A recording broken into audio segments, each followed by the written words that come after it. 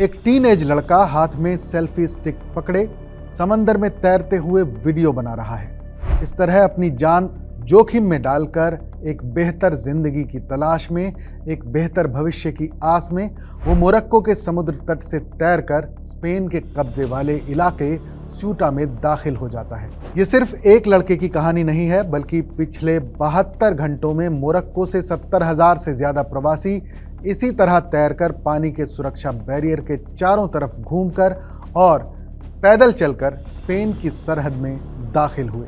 80 से ज्यादा लोगों की पानी में डूबने और भगदड़ में मौत हो गई। स्पेन का स्यूटा शहर, जिसकी कुल आबादी महज 84,000 है, इस अप्रत्याशित संकट से पूरी तरह पंगु हो गया। नमस्कार, आदाब, मैं हूं फरीद अली और आप देख रहे हैं हमारा खास शो क्लियर कट। आज हम बात कर रहे हैं यूरोप के इतिहास के सबसे बड़े और सबसे अचानक हुए सीमा संकट की। स्पेन का उत्तर अफ्रीकी शहर स्यूटा इस समय अंतर्राष्ट्रीय राजनीति का केंद्र बन चुका है। महज 7.5 वर्ग मील में फैले इस छोटे से इलाके में जब अचानक 70,000 प्रवासी दाखिल हुए तो स्पेन सरकार के हाथ पांव फूल गए। हालांकि अब तक लगभग 69,500 लोगों को वापस मोरक्को भेज दिया गया है, लेकिन इस घटना ने पूरे यूरोप और अमेरिका की राजनीति में भूचाल ला दिया है। आखिर कैसे एक सोशल मीडिया पोस्ट और कोर्ट के फैसले ने इस मानवीय सैलाब को जन्म दिया? आइए इस पूरे घटनाक्रम का इनसाइड एनालिसिस समझते हैं। इस पूरे संकट की शुरुआत किसी युद्ध से नहीं, बल्कि डिजिटल दुनिया के एक भ्रम से हुई। मानव तस्करी करने वाले गिरोहों ने टिकटॉक, इंस्टाग्राम और फेसबुक पर एक संगठित अभियान चलाया। इस अभियान में दावा किया गया कि स्पेन ने प्रवासियों के लिए ओपन डोर यानी खुली सीमा नीति लागू कर दी है। इस अफवाह को हवा दी स्पेन के सुप्रीम कोर्ट के एक हालिया तकनीकी फैसले ने। कोर्ट ने अपने आदेश में स्पष्ट किया कि जो प्रवासी समुद्र के रास्ते तैरकर या नाव से स्पेन की सीमा में आते हैं, उन्हें तुरंत सीमा से बिना कानूनी प्रक्रिया के वापस नहीं धकेला जा सकता। कोर्ट का तर्क था कि समुद्र में कोई भौतिक फेंस या बाड़ नहीं होती, इसलिए उन पर त्वरित निष्कासन कानून लागू नहीं होता। तस्करों ने इसी कानूनी बारीकी को हथियार बनाया और हजारों मोरक्कन और उप सहारा अफ्रीकी युवाओं को ये भरोसा दिला दिया कि अगर वो तारबंदी के बजाय तैरकर सीमा पार करेंगे तो उन्हें स्पेन में कानूनी रूप से रहने का अधिकार मिल जाएगा। स्पेन के प्रधानमंत्री पेड्रो सांचेज ने इस घटना को स्पेन की प्रादेशिक अखंडता का उल्लंघन करार दिया है, लेकिन विश्लेषकों का मानना है कि इस संकट के बीज उनकी अपनी ही सरकार की उदारवादी नीतियों में छिपे हुए हैं। स्पेन अपनी घटती आबादी और बुजुर्ग होती कार्यबल की समस्या से जूझ रहा है। संयुक्त राष्ट्र की रिपोर्ट के मुताबिक स्पेन को अपनी अर्थव्यवस्था को चालू रखने के लिए हर साल कम से कम 2 लाख नए प्रवासियों की जरूरत है। इसी जरूरत को देखते हुए पेड्रो सांचेज सरकार ने देश में मौजूद लगभग 9 लाख बिना दस्तावेज वाले प्रवासियों को वैध करने और लेबर वीजा देने की प्रक्रिया शुरू की थी। स्पेन अब इटली और ग्रीस को पीछे छोड़कर यूरोप में अवैध प्रवास का सबसे बड़ा प्रवेश द्वार बन चुका है। स्पेन में इस समय मोरक्कन मूल के 11 लाख से ज्यादा लोग रह रहे हैं, जो देश का सबसे बड़ा विदेशी समुदाय है।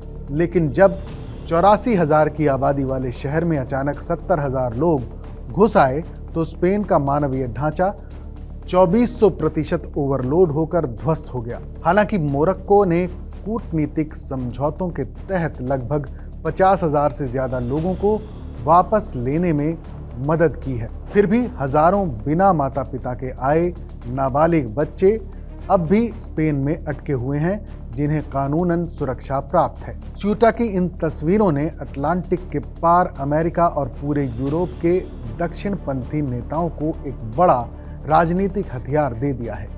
अमेरिका के राष्ट्रपति डोनाल्ड ट्रंप ने मैरीलैंड के कैंप डेविड में कैबिनेट बैठक के दौरान इस घटना पर तीखा हमला बोला। ट्रंप ने कहा कि मैंने स्पेन में हुई तबाही को देखा है, ये किसी देश पर सैकड़ों हजारों लोगों द्वारा किया गया सीधा आक्रमण यानी इन्वेशन लगता है। अगर सीमाएं मजबूत नहीं की गईं तो अमेरिका का भी यही हाल होगा। दुनिया के सबसे अमीर उद्योगपति एलन मस्क ने भी सोशल मीडिया प्लेटफॉर्म एक्स पर लिखा कि अवैध प्रवासियों को मुफ्त सरकारी सुविधाएं देना एक ऐसा उत्प्रेरक है जो स्पेन के पूरे राष्ट्रीय बजट को तबाह कर देगा। यूरोप के भीतर भी इसका भारी राजनीतिक विरोध देखने को मिला। जर्मनी की दक्षिणपंथी पार्टी अल्टरनेटिव फॉर जर्मनी यानी AfD की सह अध्यक्ष एलिस वीडल ने दावा किया कि स्यूटा रातों रात मलबे में तब्दील हो गया और अब इनमें से अधिकांश प्रवासी जर्मनी का रुख करेंगे।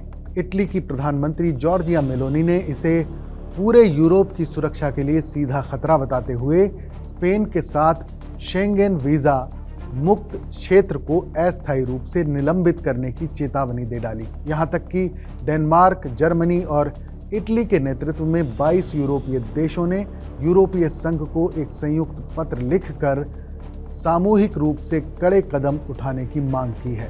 स्यूटा संकट सिर्फ प्रवासियों की आवाजाही का मामला नहीं है, बल्कि इसके पीछे यूरोप का वो आंतरिक डर है जो उसकी जनसांख्यिकी यानी डेमोग्राफिक्स और सांस्कृतिक पहचान से जुड़ा है।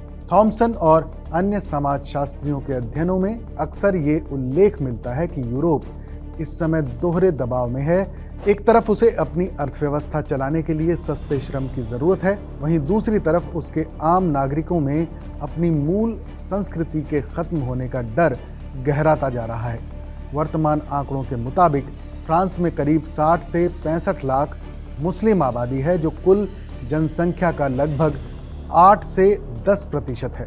जर्मनी में ये संख्या 60 से 70 लाख है, यानी लगभग 8%, और ब्रिटेन में लगभग 40 लाख यानी 6.5% है। ब्रिटेन में प्रवासियों का एक बड़ा हिस्सा भारतीय उपमहाद्वीप और उत्तरी अफ्रीका से आया है। यूरोप के मध्यमार्गी और दक्षिणपंथी मतदाताओं में ये चिंता लगातार बढ़ रही है कि प्रवासियों की बढ़ती संख्या उनके समानांतर समाज यानी पैरेलल सोसाइटीज बना रही है, जिससे उनके पारंपरिक मूल्यों और धर्मनिरपेक्ष व्यवस्था के साथ टकराव पैदा हो रहा है। यही वजह है कि एंजेला मर्केल के दौर में बेहद उदार शरणार्थी नीति अपनाने वाला जर्मनी भी अब अपनी सीमाओं पर सघन चेकिंग और अनधिकृत प्रवासियों के प्रवेश पर व्यावहारिक बैन लगा चुका है।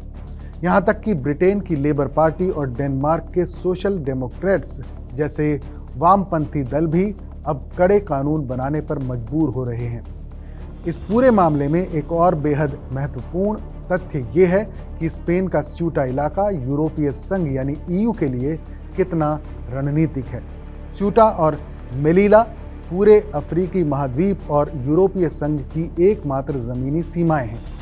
यही वजह है कि जब भी उत्तरी या उप सहारा अफ्रीका में आर्थिक मंदी या राजनीतिक अस्थिरता बढ़ती है तो प्रवासियों का पहला निशाना यही दो इलाके बनते हैं। स्पेनिश आंतरिक मंत्रालय के डेटा के मुताबिक इस एक घटना ने स्पेन के आपातकालीन बजट और सीमा सुरक्षा कोष पर करोड़ों यूरो का अतिरिक्त बोझ डाल दिया है।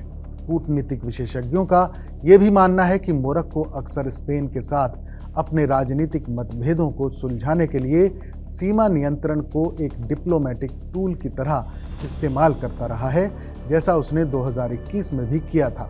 स्यूटा की घटना ने यह साबित कर दिया है कि जब आर्थिक तंगी, डिजिटल अफवाहें और कमज़ोर सीमा नीतियां एक साथ मिलती हैं तो वो किसी भी विकसित देश की संप्रभुता को कुछ ही घंटों में चुनौती दे सकती हैं। इंसान बेहतर जिंदगी की तलाश में समंदर लांघने को तैयार है, लेकिन दूसरी तरफ सभी देशों की अपनी सीमाएं हैं और सीमाएं बनाए रखने की अपनी मजबूरियां हैं। इसी मानवीय त्रासदी और सरहदों की कशमकश को बयान करती ये दो पंक्तियां याद आती हैं। सरहदें खींच दी हैं नादान इंसान ने, ज़मीन पर परिंदे आज भी हंसते हैं कि उनका आसमां एक है। स्पेन का स्यूटा संकट पूरी दुनिया के लिए एक बहुत बड़ी चेतावनी है। ये इस बात का सबूत है कि सिर्फ सेना बढ़ा देने से सीमाएं सुरक्षित नहीं होती, बल्कि आपको अपना कानूनी सिस्टम, सोशल मीडिया के दुष्प्रचार और कूटनीतिक समझौतों को भी उतना ही मजबूत रखना पड़ता है। क्या यूरोप अपनी उदारवादी नीतियों को बरकरार रख पाएगा या फिर स्यूटा की घटना यूरोप की सीमाओं पर हमेशा के लिए लोहे के दरवाजे बंद कर देगी? क्लियर कट में फिलहाल बस इतना ही। इस पर आपकी क्या राय है हमें कमेंट में ज़रूर बताइएगा। बाकी देश और दुनिया की तमाम बड़ी खबरों के लिए देखते रहिए TV9 डिजिटल।